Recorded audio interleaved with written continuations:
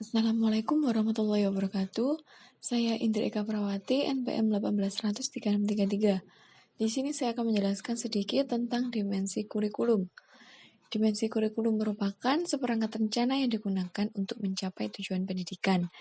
Nah, dimensi kurikulum ini menurut S. Hamid Hasan, yaitu berpendapat bahwa ada 4 dimensi kurikulum. Yang pertama, kurikulum sebagai suatu ide, kurikulum sebagai suatu rencana tertulis, suatu kegiatan, dan suatu hasil belajar. Sedangkan Nana S.Y. Sukmadinata berpendapat bahwa ada 3 dimensi kurikulum. Yang pertama, kurikulum sebagai ilmu, sebagai sistem, dan sebagai rencana. Jadi dapat disimpulkan bahwa dimensi suatu kurikulum itu dibagi menjadi 6. Yang pertama, kurikulum sebagai suatu ide, yang kedua suatu rencana tertulis, suatu kegiatan, suatu sistem sebagai hasil belajar, dan suatu disiplin ilmu.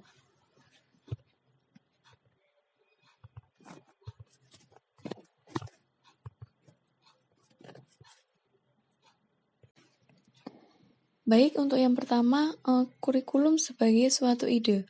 Kurikulum sebagai suatu ide ini merupakan langkah awal dalam pengembangan kurikulum.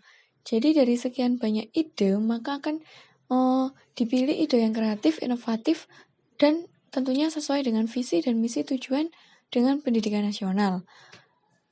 Nah, kurikulum sebagai suatu ide ini bersifat dinamis. Jadi artinya dinamis ini maksudnya akan selalu berubah mengikuti perkembangan zaman, minat, dan kebutuhan peserta didik, ilmu pengetahuan, dan teknologi. Jadi, dapat disimpulkan kurikulum sebagai suatu ide ini merupakan sekumpulan ide yang akan dijadikan pedoman dalam pengembangan kurikulum selanjutnya. Untuk yang kedua, kurikulum sebagai suatu rencana tertulis. Nah, kurikulum sebagai rencana tertulis ini merupakan realitas dari suatu ide itu. Jadi berkaitan dengan rencana yang mengandung makna, seperangkat rencana, dan cara mengadministrasikan tujuan, isi, dan bahan yang digunakan untuk pedoman penyelenggara kegiatan pembelajaran guna untuk mencapai tujuan pendidikan tertentu. Misalnya dalam penyusunan RPP. Untuk yang ketiga, kurikulum sebagai suatu kegiatan.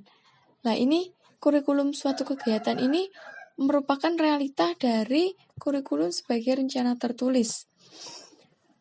Kurikulum sebagai suatu kegiatan ini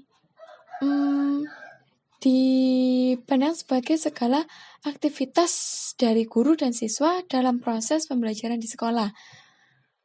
Jadi, dimensi kurikulum ini sangat berkaitan untuk sebagai suatu ide, rencana tertulis, dan suatu kegiatan. Nah, contoh dari kurikulum sebagai suatu kegiatan yaitu praktek pembelajaran atau proses belajar mengajar. Baik, untuk yang keempat, kurikulum sebagai hasil belajar. Di sini kurikulum sebagai hasil belajar merupakan konsekuensi kurikulum sebagai suatu kegiatan.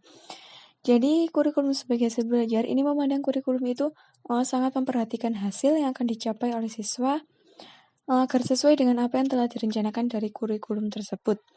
Nah, dimensi dari kurikulum sebagai hasil belajar ini dapat dilihat dalam bentuk ketercapaian tujuan kurikulum, yakni tercapainya perubahan perilaku atau kemampuan dari peserta didik. Misalnya dalam pengetahuan peserta didik, sikap, dan nilai-nilai dalam peserta didik.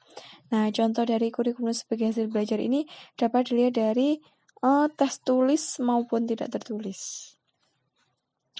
Untuk selanjutnya, kurikulum sebagai suatu disiplin ilmu. Nah, kurikulum sebagai suatu disiplin ini, ilmu ini berarti kurikulum ini memiliki konsep, prinsip, dan prosedur.